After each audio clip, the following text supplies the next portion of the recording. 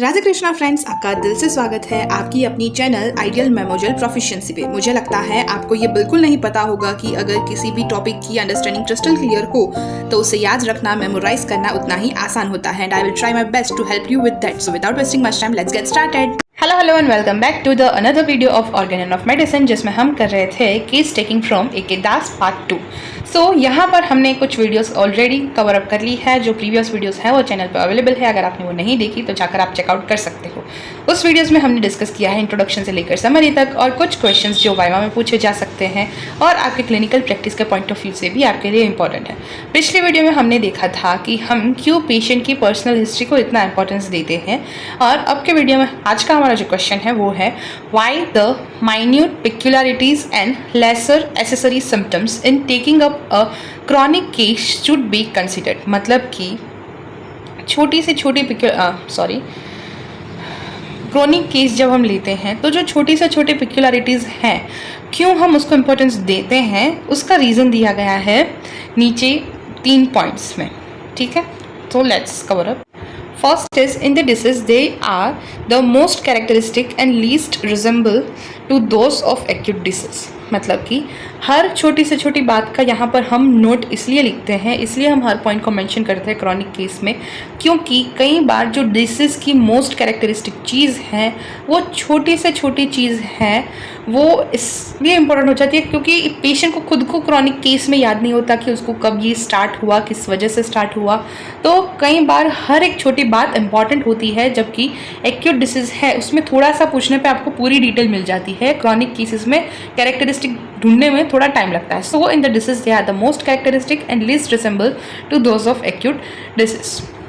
Second is they can not be to accurately noted.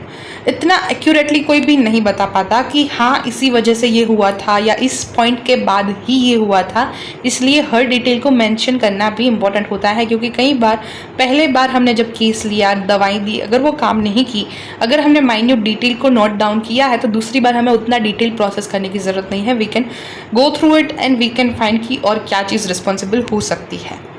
The third point is the patient are so used to their long suffering that they pay little or no need to the lesser accessory symptoms. These accessory symptoms are, देखो कई बार ऐसा होता है कि कितने लंबे time से कोई बीमारी चल रही है तो कई बार उसके साथ जो एसेसरी सिम्टम्स डेवलप होते हैं पेशेंट खुद उन पे उतना ध्यान नहीं दे पाते। जैसे कि कुछ एग्जांपल्स दिए गए हैं। First, often very pregnant with meaning, that is characteristic. Second, often very helpful in determining the choice of the remedy and regards them as a necessary part of their condition and almost as health. B, the real feeling of which they have forgotten in their 15 or 20 years of suffering. Third, scarcely believe that these accessory symptoms can have any connection with their principal malady. मतलब कि यहाँ पर ये बताना चाहता है कि कितने लंबे समय से कोई ना कोई सफरिंग चल रही है तो जो एसेसरी सिम्टम्स है उस पर ध्यान नहीं दे पाता पेशेंट। जैसे कि एक एग्जांपल गया है कि कोई पेशेंट है वो ऑफन प्रेग्नेंट हुआ जा रहा है। हो सकता है कोई ऐसा केस है कि प्रेग्नेंट तो होता है पेशेंट, लेकिन हर बार दूसरे तीसरे महीने में कंसिस्टेंट अबॉर्शन हो रहा है, सेम टाइम पर सेम दिनों में। तो ये कुछ चीज़ें हैं जो कैरेक्टरिस्टिक हो जाती है। फिर दूसरा है कि कुछ चीज़ें रेमेडी को सिलेक्ट करने के लिए भी इंपॉर्टेंट होती हैं, जैसे कि necessary part of their condition almost as health. मतलब कि ऐसी कौन सी कंडीशन है जो इम्पॉर्टेंट है, नेसेसरी है आपको कंसिडर करनी, ऑलमोस्ट एज अ हेल्थ। मतलब कि हेल्थ में कंसिडर, ये पॉइंट थोड़ा डिफिकल्ट है, इसको समझने के लिए थोड़ा टाइम लगेगा। देखो इजी एंड सिंपल वर्ड्स में बताऊं तो फिलहाल जो कंडीशन है उसमें अगर आप समझना चाहो तो कौन सी ऐसी चीज़ है जिससे आप हेल्थ बोल सकते हो, क्या पेशेंट जितना डेरेंज है उसमें कुछ हेल्थ है। क्योंकि we in homoeopathy consider the person as a world is a sick, there is no sickness, the person is a sick. तो necessary part of the condition, मतलब जो उनकी कंडीशन है उसका एक necessary part almost as a health जिसको हम consider कर सके, इतना मुझे समझ में। हो सकता है ये पॉइंट का मीनिंग कुछ और भी हो, अगर कुछ अलग मीनिंग है then I am sorry for that. मैं फिर से एक बार चेकआउट करके फिर आपको बता दूंगी। Second point is the real feeling.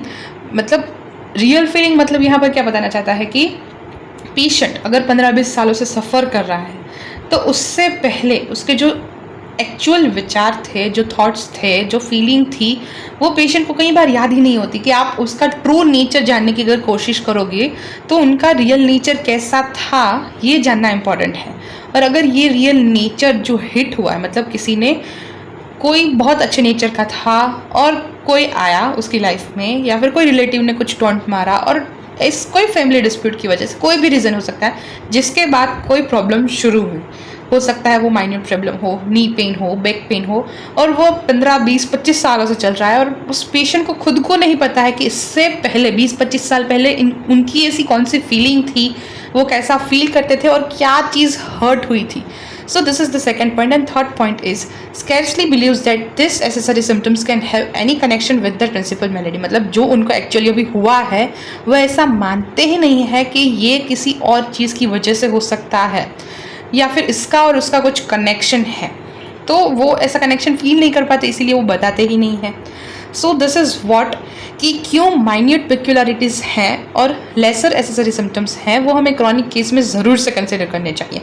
Minute पिक्युलरिटीज़ इसीलिए ताकि हम मोस्ट कैरेक्टरिस्टिक चीज़ हैं उसको नोट डाउन कर पाए, उसको जान पाए, और लेसर एसेसरी सिम्टम्स इसलिए क्योंकि पेशेंट कई बार उनको इम्पोर्टेंट फील ही नहीं करते कि इसकी वजह से थोड़ी ना अभी किसी को बैक पेन है, उसके बाद अभी हो सकता है डाइजेस्टिव इश्यू हुआ हो रिसेंटली, तो वो कनेक्शन उनको फील नहीं होता, इसीलिए वो बताते नहीं हैं। मतलब ऐसा केस हो सकता है, just an example, not a reality.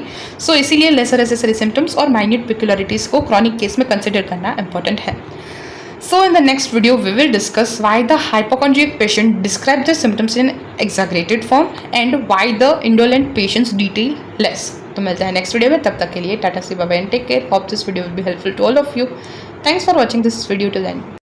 Thank you so much guys for watching this video till now। Also give your valuable feedbacks and suggestions in comment section, और हाँ, like करना, share करना and subscribe करना गलती से भी मत भूलना। Stay tuned, take care। मिलते हैं नेक्स्ट वीडियो में, तब तक के लिए टाटा बाय बाय।